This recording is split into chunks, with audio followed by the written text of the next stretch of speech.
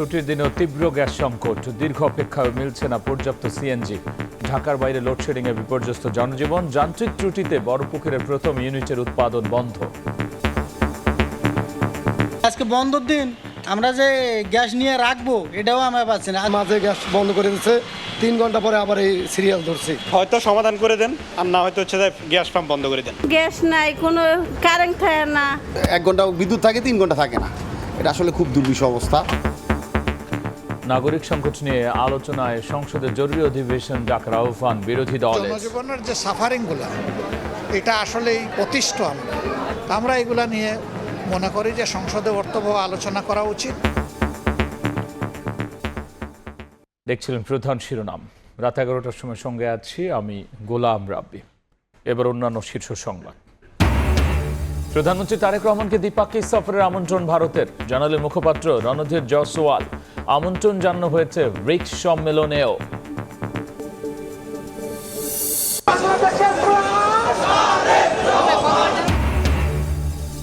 সরকারের 180 দিন উপলক্ষে রাজধানীতে যুবদলের শুভেচ্ছা মিছিল। দায়িত্ব নেওয়ার 6 মাসে বেশিরভাগ প্রতিশ্রুতি পূরণের দাবি রিজভির।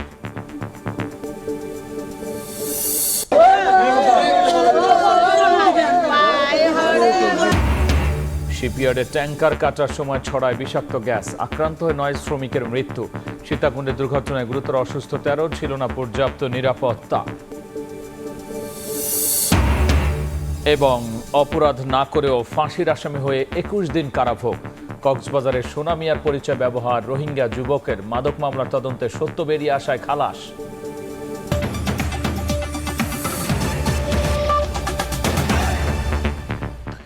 ছুটির দিনেও তীব্র গ্যাস সংকট, রাজধানীর অধিকাংশ ফিলিং স্টেশন বন্ধ। খোলা থাকা পাম্পগুলোতে দীর্ঘ অপেক্ষায় অসহনীয় ভোগান্তির পরও মিলছে না পর্যাপ্ত সিএনজি। গ্যাস না পেয়ে রোজগারে টান পড়েছে অনেক যানবাহন চালকের। রাজধানীর শ্যামলীর বাসিন্দা মাহবুব আলী গ্যাস সংকট শুরুর পর থেকেই তার ব্যক্তিগত গাড়ি নিয়ে বেশ বিপাকে। বাসার আশেপাশে গ্যাস না পাওয়ায় বিভিন্ন এলাকার ফিলিং স্টেশন ঘুরে গ্যাস সংগ্রহ করছেন তিনি। কোন দিন এটা সমস্যার সমাধান হবে তাও সঠিকভাবে, ওনারা তো 3 দিন আগে বলছিল 72 ঘন্টা, অলরেডি তো আজকে তো 72 ঘন্টা হয়ে যাওয়ার কথা, তারপরে তো বোঝা যাচ্ছে না যে আজকে হবে না কালকে হবে, অনেক কষ্ট। ছুটির দিনেও রাজধানীর বিভিন্ন সিএনজি ফিলিং স্টেশনে ভোগান্তির একই চিত্র। দীর্ঘ লাইনে দাঁড়িয়ে ঘন্টার পর ঘন্টা অসহনীয় অপেক্ষার পরও মিলছে না পর্যাপ্ত গ্যাস। বন্ধ অধিকাংশ ফিলিং স্টেশন, ক্ষুব্ধ সাধারণ মানুষ। ভোর 5টার সময় আইসি সিরিয়ালে, এখনো গ্যাস পাই নাই। আজকে বন্ধর দিন, আমরা যে গ্যাস নিয়ে রাখবো এটাও আমরা পাচ্ছি না। মাঝে গ্যাস বন্ধ করে দিচ্ছে, 3 ঘন্টা পরে আবার এই সিরিয়াল ধরছি। হয়তো সমাধান করে দেন, আর না হয়তো হচ্ছে যে গ্যাস পাম্প বন্ধ করে দেন।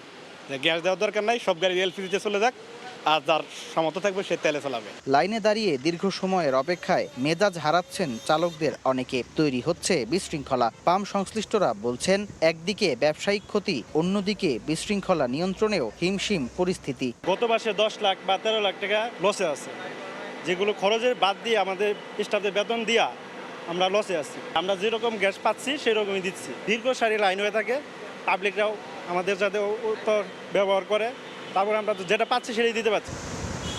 কখনো রোদ, কখনো বৃষ্টি, আর এর মধ্যেই গ্যাসের জন্য দীর্ঘ প্রতীক্ষা।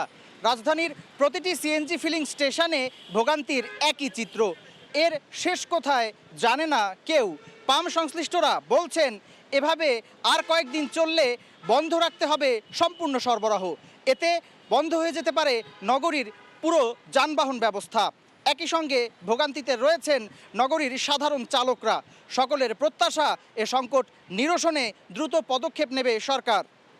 সামদানি প্রত্যয়, সময় সংবাদ, ঢাকা। নাগরিক সংকট নিয়ে আলোচনার জন্য সংসদে জরুরি অধিবেশন ডাকার আহ্বান জানিয়েছেন বিরোধী দলীয় নেতা ডাক্তার শফিকুর রহমান। এ বিষয়ে চিঠি পাঠিয়েছেন রাষ্ট্রপতির কাছে। এদিকে জামায়াত সেক্রেটারি জেনারেল মিয়া গোলাম পরওয়ার অভিযোগ করেছেন, রাষ্ট্রের কাঠামোগত কোনো সংস্কার না করে ফ্যাসিবাদ জিয়ে রাখা হচ্ছে। নিজ নির্বাচন এলাকা মিরপুরের পীরের বাগে শুক্রবার জুমার নামাজ আদায় করেন বিরোধী দলীয় নেতা ও জামায়াত আমির ডাক্তার শফিকুর রহমান। নামাজ শেষে শিশু কিশোর সহ স্থানীয়দের সঙ্গে শুভেচ্ছা বিনিময় করেন তিনি। পরে সাংবাদিকদের প্রশ্নের জবাবে বিরোধী দলীয় নেতা অভিযোগ করেন, সরকারের নানা ব্যর্থতায় বিপর্যস্ত নাগরিক জীবন।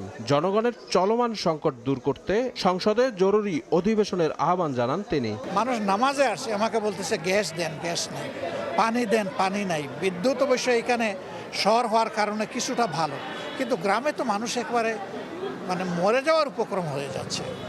আমরা এগুলা নিয়ে মনে করি যে সংসদে অর্থবহ আলোচনা করা উচিত। জনজীবনের যে সাফারিংগুলো, এটা আসলেই অতিষ্ঠ। আমি আজকে জুম্মায় আসার আগেই ভারপ্রাপ্ত স্পিকার যিনি আছেন তাকে আমি ফোন করেছি এবং আমি বলেছি যে সংসদের অধিবেশন জরুরিভাবে ডাকেন।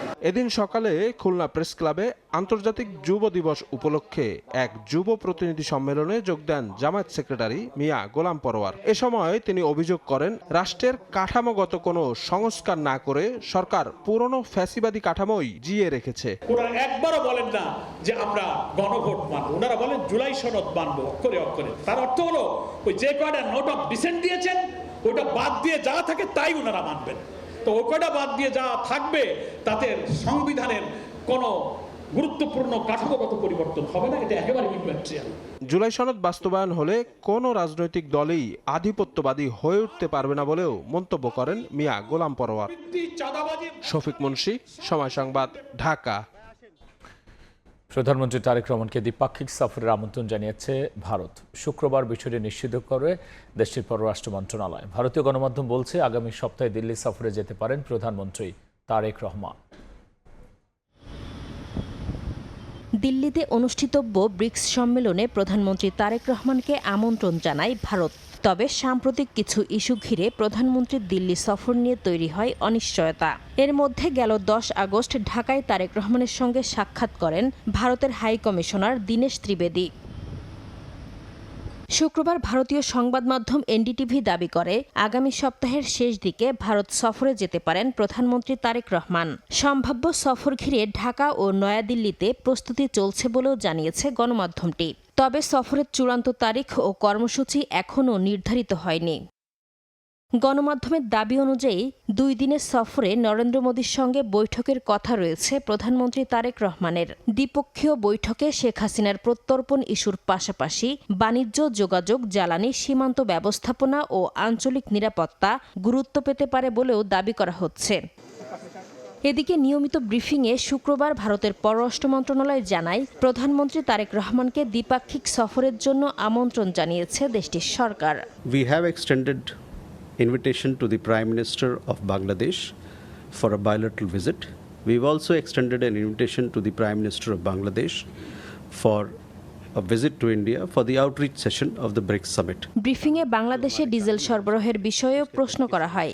জবাবে মুখপাত্র রণধীর জয়সওয়াল জানান, বাংলাদেশের সঙ্গে ডিজেল সরবরাহের জন্য ভারতের চুক্তি রয়েছে। সার্বিক দিক বিবেচনায় সিদ্ধান্ত নেবে ভারত সরকার। As you know that we have an ongoing arrangement with Bangladesh for supply of diesel. This continues. Insofar as the additional request that you mentioned is concerned, this will be examined keeping in mind our own requirement, our refining capacity. 2024 সালের আগস্টে শেখ হাসিনা সরকারের পতনের পর 2 দেশের সম্পর্কে টানাপোড়েন তৈরি হয়। সবশেষ দিল্লিতে সাংবাদিকদের সঙ্গে শেখ হাসিনার ভার্চুয়াল মতবিনিময়ের ঘটনায় নতুন করে উত্তেজনা বাড়ে। ভারতকে কড়া প্রতিক্রিয়াও জানায় বাংলাদেশ। নাসরিন রুমি, সময় সংবাদ। সরকারের 180 দিন পূর্তি উপলক্ষে রাজধানীতে বর্ণাঢ্য আনন্দ মিছিল করে যুবদল। 6 মাসে বেশিরভাগ প্রতিশ্রুতি পূরণের দাবি করেন বিএনপির সিনিয়র যুগ্ম মহাসচিব রুহুল কবির রিজভী। এদিকে প্রয়াত সাবেক প্রধানমন্ত্রী বেগম খালেদা জিয়ার জন্মবার্ষিকী উপলক্ষে আগামীকাল রাজধানী সহ সারা দেশে দোয়া মাহফিলের আয়োজন করবে বিএনপি।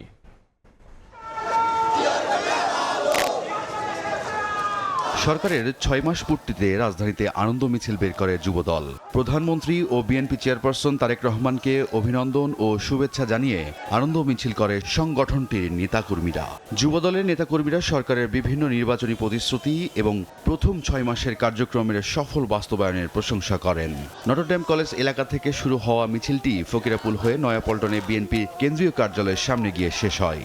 তিনি এদিকে শুক্রবার দুপুরে নয়াপল্টনের সংবাদ সম্মেলনে দলের সাম্প্রতিক কর্মসূচি ও রাজনৈতিক অবস্থান নিয়ে সংবাদ সম্মেলন করেন বিএনপির সিনিয়র যুগ্ম মহাসচিব রুহুল কবির রিজভী।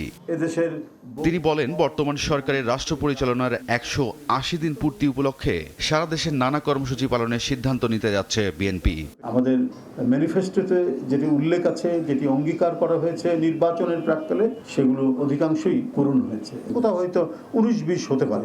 সরকার গত 180 দিনে যতটুকু কাজ করেছে, আগামী 6 মাসে কাজের গতি তার চেয়েও ত্বরান্বিত হবে বলে জানান রুহুল কবির রিজভী। ইমপ্লিমেন্টিং যে ইনস্ট্রুমেন্টগুলো আছে, সেই ইনস্ট্রুমেন্টগুলো মোটামুটি গুছিয়ে নিয়ে কাজগুলো করতে হচ্ছে। তো সুতরাং আপনি দেখবেন যে এর পরবর্তী 6 মাস আরও জোরালোভাবে এটা অ্যাক্সেলারেট হবে এবং এটা ত্বরান্বিত হবে এবং কর্মসূচিগুলো সফল বাস্তবায়ন হবে। এদিকে প্রয়াত সাবেক প্রধানমন্ত্রী বেগম খালেদা জিয়ার জন্মবার্ষিকী উপলক্ষে শনিবার রাজধানী সহ সারা দেশে দোয়া মাহফিলের আয়োজন করেছে বিএনপি। দলের পক্ষ থেকে জানানো হয়েছে, গুলশানে বাদ আসর বিশেষ দোয়ার আয়োজন করা হবে। একই সঙ্গে দেশের বিভিন্ন জেলা, মহানগর ও ইউনিট পর্যায়েও দোয়া মাহফিলের আয়োজন করা হবে। ঢাকা সহ সারা দেশে দলীয় কার্যালয়গুলোতে দোয়া অনুষ্ঠিত হবে। রায়দুল ইসলাম শুভ, সময় সংবাদ, ঢাকা। রাত 11টার সময় আরও থাকছে। ইতালিতে হত্যার শিকার বাবা মা বোনের মরদেহ নিয়ে দেশে ফিরল ছেলে। গ্রামের বাড়ি নোয়াখালীতে শোকাহত স্বজনদের আহাজারি, জানাজার পর দাফন সম্পন্ন। এবার সরকারের 180 দিনের বিশেষ রিপোর্ট।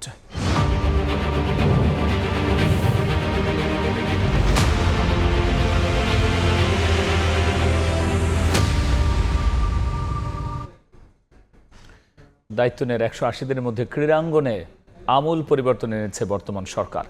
দেশের ইতিহাসে প্রথমবার খেলোয়াড়দের জন্য চালু করা হয়েছে ভাতা ও ক্রীড়া কার্ড। খেলোয়াড় তৈরিতে 10 থেকে 14 বছর বয়সী ক্রীড়াবিদদের জন্য আয়োজন করা হয়েছে নতুন কুড়ি স্পোর্টস। ক্রীড়াঙ্গনে বর্তমান সরকারের কার্যক্রম নিয়ে ফাহিম ইসলামের রিপোর্ট। নবনিযুক্ত প্রতিমন্ত্রীগণ সরকার গঠনের আগে বাংলাদেশ জাতীয়তাবাদী দল বিএনপির নির্বাচনী ইশতেহারের অন্যতম অঙ্গীকার ছিল ক্রীড়া হলে পেশা, পরিবার পাবে ভরসা। সরকার গঠনের পর সেই লক্ষ্যেই কাজ শুরু করেন বর্তমান যুব ও ক্রীড়া প্রতিমন্ত্রী আমিনুল হক। ক্রিকেট, ফুটবল ছাড়া দেশের অন্যান্য ডিসিপ্লিনের খেলোয়াড়রা হরহামেশাই ভোগেন আর্থিক অনিশ্চয়তায়, যার কারণে ভবিষ্যতের কথা চিন্তা করে অনেক সম্ভাবনাময় অ্যাথলিট তরুণ বয়সেই খেলা ছেড়ে জীবিকা নির্বাহের জন্য বেছে নেন অন্য পেশা। পিছিয়ে থাকা ফেডারেশনগুলোর অ্যাথলিটদের আর্থিক নিশ্চয়তার জন্য দেশের ইতিহাসে প্রথম ক্রীড়া ভাতার সঙ্গে ক্রীড়া কার্ড চালু করে বর্তমান সরকার। এই পরিকল্পনার আওতায় বিভিন্ন ডিসিপ্লিনের 300 অ্যাথলিট যুব ও ক্রীড়া মন্ত্রণালয়ের কাছ থেকে মাসিক 1 লাখ টাকা করে বেতন পাচ্ছেন। ভবিষ্যতে আরও 200 ক্রীড়াবিদকে ক্রীড়া ভাতার আওতায় আনার পরিকল্পনা আছে যুব ও ক্রীড়া মন্ত্রণালয়ের। প্রতি মাসে আমাদের যে ক্রীড়া ভাতা প্রদান করে আমরা চেষ্টা করছি যে খেলোয়াড়দের পেশাগত স্বীকৃতি বা পেশাদারিত্বর জায়গাটি নিশ্চিত করতে। খেলোয়াড়দের শুধু স্বাবলম্বী নয়, খেলোয়াড় তৈরিতেও বিভিন্ন উদ্যোগ নিয়েছে বর্তমান সরকার। প্রথমবারের মতো আয়োজিত হয়েছে নতুন কুড়ি স্পোর্টস। সারা দেশ থেকে এই ক্রীড়াযজ্ঞে অংশ নিয়েছে 1,70,000-এরও বেশি ক্ষুদে ক্রীড়াবিদ। নতুন কুড়ি স্পোর্টস থেকে উঠে আসা সেরা ক্রীড়াবিদদের নিয়েও দীর্ঘমেয়াদী পরিকল্পনা আছে যুব ক্রীড়া মন্ত্রণালয়ের। দেশের স্পোর্টসের পাইপলাইন সমৃদ্ধ করার পাশাপাশি এই ক্রীড়াবিদদের হাত ধরেই অলিম্পিকের পদকখরা মিটবে বলে প্রত্যাশা যুব ক্রীড়া প্রতিমন্ত্রীর। এই নতুন কুড়ি স্পোর্টসের মাধ্যমে আমরা পাইপলাইনে খেলোয়াড় তৈরি কার্যক্রম শুরু করেছি। অলিম্পিকের মতো সর্বোচ্চ আসরে 10 বছর পরে যাতে তাদের খেলার সেই সুযোগটি আমরা তৈরি করে দিতে পারি। নতুন কুড়ির মাধ্যমে জাতীয় পর্যায়ে খেলতে পেরে আরও বেশি অনুপ্রাণিত হয়েছেন ক্ষুদে ক্রীড়াবিদরা। ক্রীড়া ভাতা পেয়ে আর্থিকভাবে সচ্ছল হওয়ায় খেলায় আরও মনোযোগী হচ্ছেন অ্যাথলিটরা। প্রত্যেকটা খেলোয়াড়ের ভিতরেই একটা স্প্রিয়া থাকে যে আমাকে পারতে হবে, আমাকে এই ক্রীড়া ভাতাটা ধরে রাখতে হবে। প্রধানমন্ত্রী যে আমাদের ক্রীড়া ভাতা আওতায় এনেছে, আমরা অনেক উৎসাহিত হয়েছি। আগে যারা চিনতো না যে আমরা খেলতাম, সেরকম করে চিনতো না, এখন আমাদেরকে চিনতেছে। এছাড়া বিশেষ চাহিদা সম্পন্ন অ্যাথলিটদের নিয়ে পরিকল্পনা করছে যুব ও ক্রীড়া মন্ত্রণালয়। প্রথমবারের মতো দেশে অনুষ্ঠিত হবে নতুন কুড়ি প্যারা স্পোর্টস। ক্রীড়াকে পেশা হিসাবে গড়ে তুলতে ক্রীড়া কার্ডের পাশাপাশি খেলোয়াড়দের স্বাবলম্বী করতে ভাতা প্রদান করছে যুব ও ক্রীড়া মন্ত্রণালয়। এছাড়া সারা দেশে একযোগে চালু হয়েছে নতুন কুড়ি স্পোর্টস, যেখান থেকে তৈরি হবে বাংলাদেশের আগামীর তারকারা। জাতীয় স্টেডিয়াম থেকে ফাহিম ইসলাম, সময় সংবাদ, ঢাকা। এলএনজি ট্যাঙ্কার কাটার সময় ছড়ায় বিষাক্ত গ্যাস, আক্রান্ত হয়ে প্রাণ গেল 9 শ্রমিকের। সীতাকুণ্ডে শিপইয়ার্ডের দুর্ঘটনায় গুরুতর অসুস্থ 13 জনকে ভর্তি করা হয়েছে চট্টগ্রাম মেডিকেল কলেজ হাসপাতালে। স্বজনদের অভিযোগ, শিপইয়ার্ডে ছিল না নিরাপত্তা ব্যবস্থা।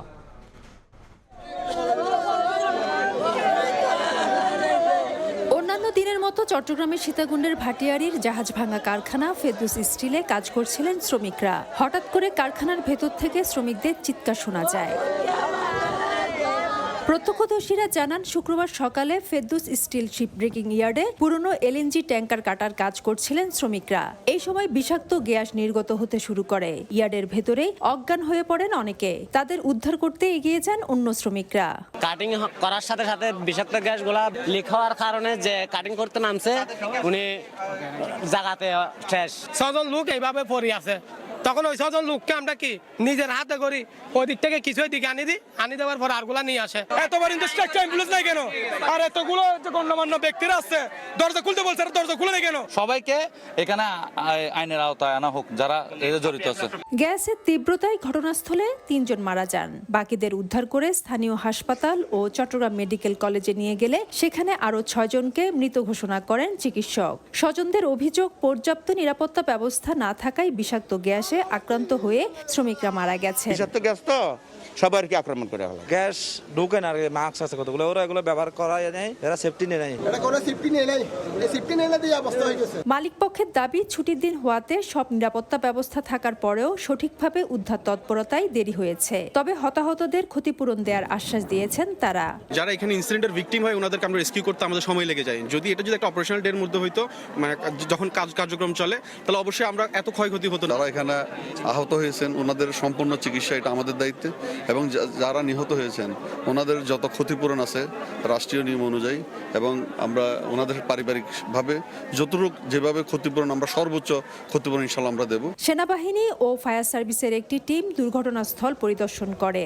ফায়ার সার্ভিস জানায়, ঘটনাস্থল থেকে এখনো বিষাক্ত গ্যাস নির্গত হচ্ছে। চাপ বেশি থাকার কারণে দুর্ঘটনাস্থলে শেষ পর্যন্ত পৌঁছানো সম্ভব হয়নি। শিপইয়ার্ডের যে ইনচার্জ আছে ওনার সাথে আমি কথা বলেছি, উনি বলেছেন যে ওনাদের তথ্য অনুযায়ী এখানে আর কোনো ভিকটিম এটার ভিতরে নাই। তবে যেহেতু স্থানীয় জনগণ বলতেছে 2 একজন থাকতে পারে, এর জন্যই আমরা এখানে অবস্থান করতেছি, যাতে এই গ্যাসটা রিডিউস হইলে পরে আমরা পূর্ণাঙ্গ সার্চ করে আমরা এটা কনফার্ম করতে পারবো যে আরো এটার ভিতরে কোনো ভিকটিম আছে কিনা। পুলিশ ও অর্থমন্ত্রী বলেছেন, দুর্ঘটনায় তদন্ত কমিটি গঠন করা হবে। তাদের রিপোর্টের আলোকে পরবর্তী আইনি ব্যবস্থা নেওয়া হবে। প্রকৃত ঘটনা উদ্ঘাটনের জন্য আমরা একটা তদন্ত কমিটি করব। জেলা প্রশাসন সহ পুলিশ প্রশাসন, ফায়ার সার্ভিস সম্মিলিতভাবে। শিপ ব্রেকিং অ্যাসোসিয়েশন থেকে প্রত্যেক পরিবারকে ওরা 10 লক্ষ টাকা করে, আমরা বলেছি ওদেরকে কম্পেনসেশনের কথা, ওরা 10 লক্ষ টাকা করে প্রত্যেক ফ্যামিলিকে দেওয়া হচ্ছে। তো সরকারের পক্ষ থেকে আমরা কিছু দেব। প্রাণ হারানো সবার বাড়ি ভাটিয়ারী এলাকায়। গত বছর এই জাহাজটি ফেরদৌস শিপইয়ার্ডে আনা হয়। ফেরদৌস লিপি, সময় সংবাদ, চট্টগ্রাম। ইতালির রোমে নৃশংস হত্যাকাণ্ডের শিকার একই পরিবারের 3 সদস্যকে তাদের গ্রামের বাড়ি নোয়াখালীতে দাফন করা হয়েছে। এর আগে তাদের মরদেহ দেশে পৌঁছে সঙ্গে ফেরেন পরিবারের আরেক সদস্য। হামলায় গুরুতর আহত আয়ন। গ্রামের বাড়িতে মরদেহ পৌঁছালে কান্নায় ভেঙে পড়েন স্বজনরা। হত্যাকাণ্ডের 1.5 মাস পর নোয়াখালীতে নিজ গ্রামের বাড়িতে ফিরল ইতালি প্রবাসী একই পরিবারের 3 সদস্যের নিথর দেহ। এ সময় কান্নায় ভেঙে পড়েন স্বজনরা। পুরো পরিবার হারানোর ক্ষত আর তাদের মরদেহের ভার নিয়ে দেশে ফিরলেন আমির হোসেন অয়ন। আততায়ীর আক্রমণে বাবা, মা ও ছোট বোন প্রাণ হারালেও বেঁচে যান তিনি। গত 26 জুন ইতালির রোমে হত্যাকাণ্ডের শিকার হন অয়নের বাবা, মা ও বোন। বাসায় ফিরে ঘটনাস্থলে শাহাদত হোসেন নামের এক ব্যক্তিকে দেশীয় অস্ত্র হাতে দেখতে পান অয়ন। জানান, তাকে হামলা করে পালিয়ে যায় শাহাদত। অচেতন অবস্থায় অয়নকে উদ্ধার করেন প্রতিবেশীরা। অয়ন ও তার স্বজনদের দাবি, নিহত বাবুলের কাছে 16 লাখ টাকা পেতেন শাহাদাত। এরই জেরে বাবুলকে বিভিন্ন সময় হুমকি দিচ্ছিল শাহাদাত। অভিযুক্তকে গ্রেপ্তার করে দৃষ্টান্তমূলক শাস্তির দাবি স্বজন ও এলাকাবাসীর। এত বড় একটা ঘটনা ঘটিয়ে সে পার পাওয়ার কোনো সুযোগ নাই, তাকে অবশ্যই আইনের মুখোমুখি করতে হবে। আমরা খুনির সর্বোচ্চ সাজা কামনা করি উনি যদি বাংলাদেশে এসে থাকে যেন এই দেশের আইনে তার বিচার হয়। বাদ মাগরিব জানাজা শেষে তিনজনের মরদেহ পারিবারিক কবরস্থানে দাফন করা হয়। এদিকে এখনও পলাতক আছেন একমাত্র অভিযুক্ত শাহাদাত হোসেন। সময় সংবাদ, নোয়াখালী। রাত 11টার সময় আরও থাকছে। হরমুজ নিয়ে বাড়ছে অনিশ্চয়তা, নিষেধাজ্ঞা না উঠলে পুরোপুরি খুলবে না জানিয়েছে ইরান। অবরোধ চালিয়ে যাওয়ার ঘোষণা মার্কিন প্রতিরক্ষা মন্ত্রীর। এবার বাণিজ্যের সংবাদ।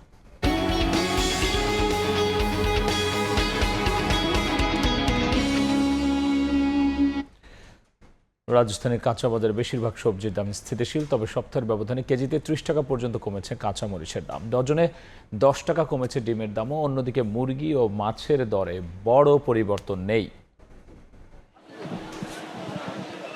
রাজধানীর কারওয়ান বাজার ছুটির দিনে অন্যান্য সপ্তাহের চেয়ে কিছুটা স্বস্তি এখানকার সবজির বাজারে। বেশিরভাগ সবজি বিক্রি হচ্ছে 50 থেকে 60 টাকা কেজিতে, তবে বেগুনের কেজি 120 টাকা।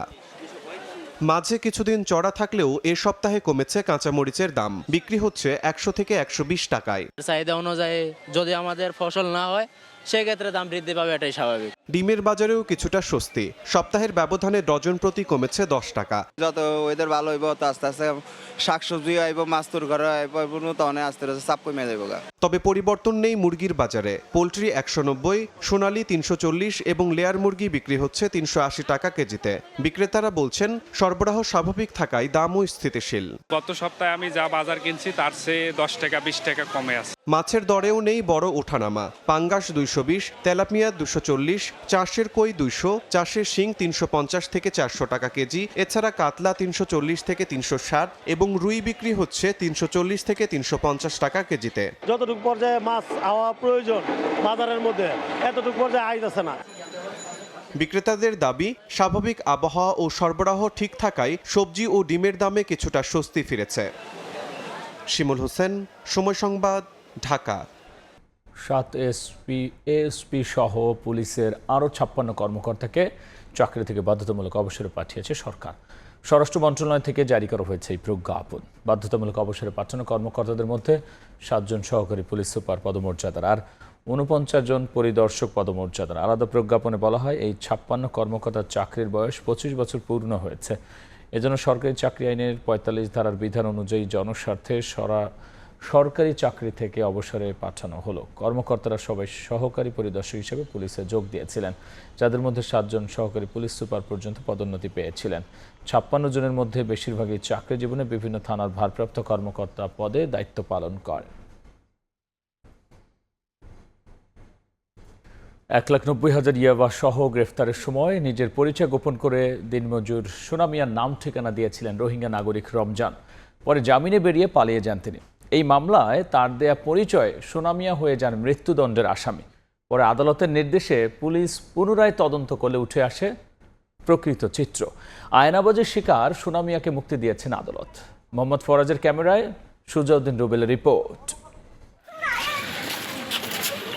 মৃত্যুদণ্ডের আসামি হয়ে কারাগারে যাওয়া সোনা মিয়া ফিরলেন নতুন জীবন নিয়ে।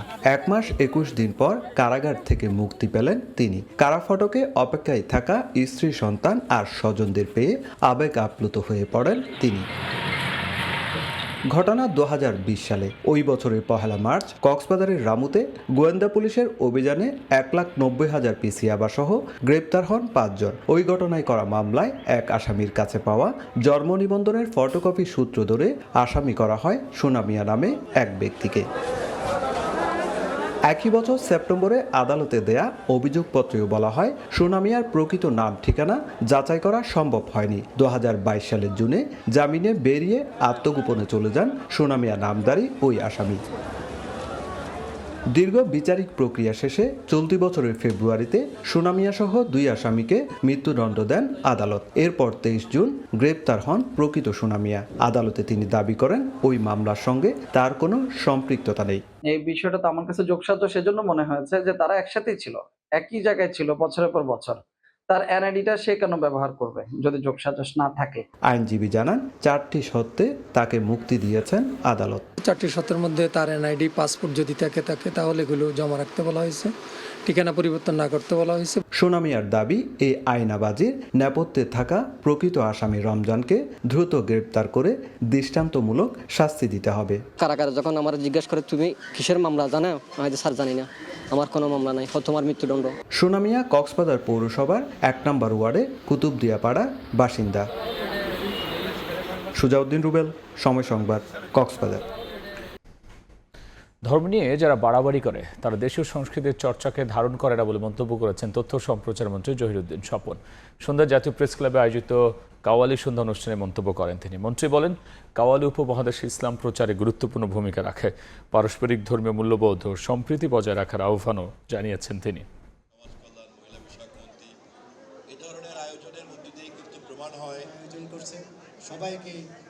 ধর্ম নিয়ে যারা বাড়াবাড়ি করে এবং যারা এটাকে একটা বিচ্ছিন্নভাবে দেখার চেষ্টা করে মানুষের দৈনন্দিন জীবনের বাইরে, তাদের থেকেও আলাদা।